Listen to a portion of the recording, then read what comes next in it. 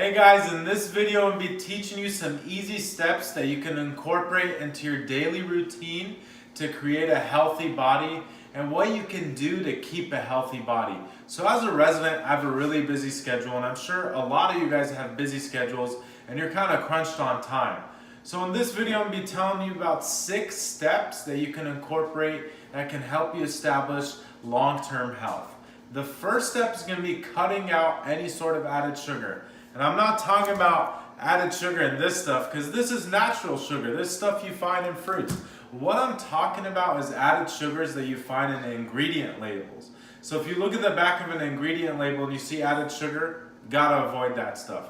And it's because added sugar will eventually lead to insulin resistance, and insulin resistance is going to lead to a cascade of events and eventually cause metabolic syndrome.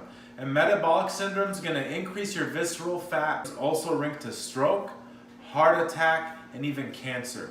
So cut out the added sugar, and you're going to notice you're going to need less coffee throughout the day. You're not going to be having those crashes, not going to be having those mood swings either, right? So cut out the added sugar, and I guarantee you're going to have a ton of more energy throughout the day. The second step I want to talk about is intermittent fasting. So I intermittent fast because when I'm in the operating room, I can't really eat anything. So I spend the majority of my time throughout the day not eating anything. And it kind of sounds like a lot, but what I do is I eat lunch at around 1 p.m. or 12 p.m. and I'll stop eating around 7 p.m. So I usually will do intermittent fasting from anywhere from 16 to 18 hours. And what I've noticed is whenever I do eat something, I feel a lot more fulfillment from that food, and I feel more satiated, and I have less cravings throughout the day. Intermittent fasting is a great detoxification mechanism as well. It's going to increase autophagy, which is a mechanism that your body has to clean out all the dead cells. So in addition to that, it's going to help decrease your insulin resistance. And best of all, it's going to mobilize all your fat stores. So if you're working out, and even if you're not working out throughout the day, it's going to mobilize your fat storages and use that fat as fuel for energy. So intermittent fasting is something I believe everyone should incorporate. And if you're not sure if this is the right thing for you, always ask your doctor. The third step that I like to incorporate is incorporating a little sunlight throughout the day, right? So vitamin D is linked to immunity. It's linked to energy levels, it's linked to hormone homeostasis, and it plays an integral part in all of your body systems. So going outside and pulling down your sleeves just for 15 minutes a day gets you all the vitamin D that you need throughout the whole day. So you're going to experience the increase in immunity, the increase in the energy level. Step number 4. So as an anesthesiologist, I have to be well in tune with the body and know the physiology of the body inside and out. One thing about the body is our body consists of 60% water. And if you're consuming foods that are not water-based, for instance, what I mean by water-based are mainly fruits and vegetables. If you're consuming foods that aren't exactly water-based, you're almost essentially poisoning your body. So consuming all the junk food, all the artificial ingredients, natural flavors, and food colorings, you're almost poisoning your body and you're messing with your gut microbiome. When you eat foods that are rich in water, such as fruits and vegetables, and keep them as a mainstay of your diet, you're going to optimize your gut microbiome, which is going to translate to better mental acuity, and it's going to help your whole body as a system. So I try to incorporate a ton of fruits and vegetables, mainly vegetables, in my diet throughout the day. That way I get the increased fiber, I feel more satiated, and it's going to give a signal to your vagus nerve, which is a nerve that plays a role in telling how full you are, and it's going to go back to your brain and tell your brain, hey, I'm good right now, I don't need any more food. Step number 5 is sleep, all right? So those of you who haven't passed out yet in this video, you're gonna love this part.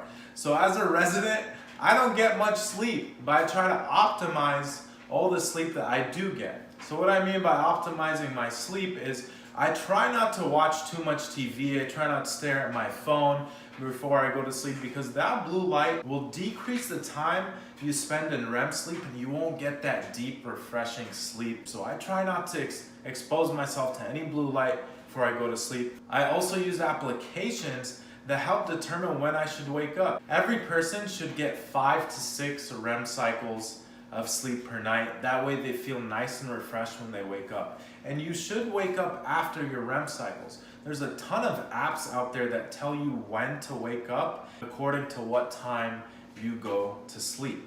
So getting 5 to 6 REM cycles is the goal. Now, if you don't get that many cycles, and if you're unable to, sometimes like me, as a resident, if I'm post-call or on call, I may not get those 5 to 6 cycles. But when I do sleep, I try to time my wake-ups where I finish the REM cycle. That way I can optimize that deep sleep, not wake up in the middle of the cycle and feel groggy. Because I know there's a ton of us out there who sometimes will sleep like 10, 11 hours and you'll wake up and you still feel super groggy. That's because you're waking up at the wrong time of your sleep cycle. Step number 6 is incorporating some exercise. Now, exercise has been linked to so many things.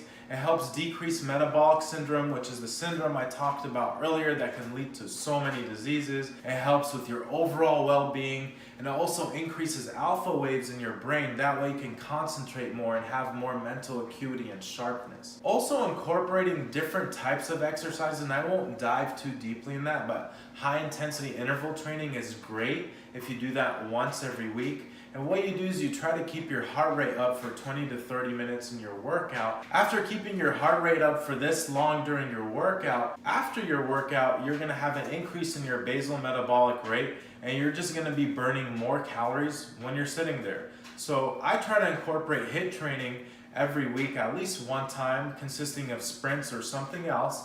That way when I'm in the OR, my basal metabolic rate is higher and I'm burning more calories. So, to summarize, the first thing is cut out added sugars. Second thing is try to incorporate some intermittent fasting. Third thing is adding some vitamin D. Fourth thing is to incorporate more water-based foods into your diet. Fifth thing, optimizing your sleep. And sixth thing, incorporating some exercise throughout your week. I hope you enjoyed this video. Please like, comment, and subscribe, and I'll see you in the next video.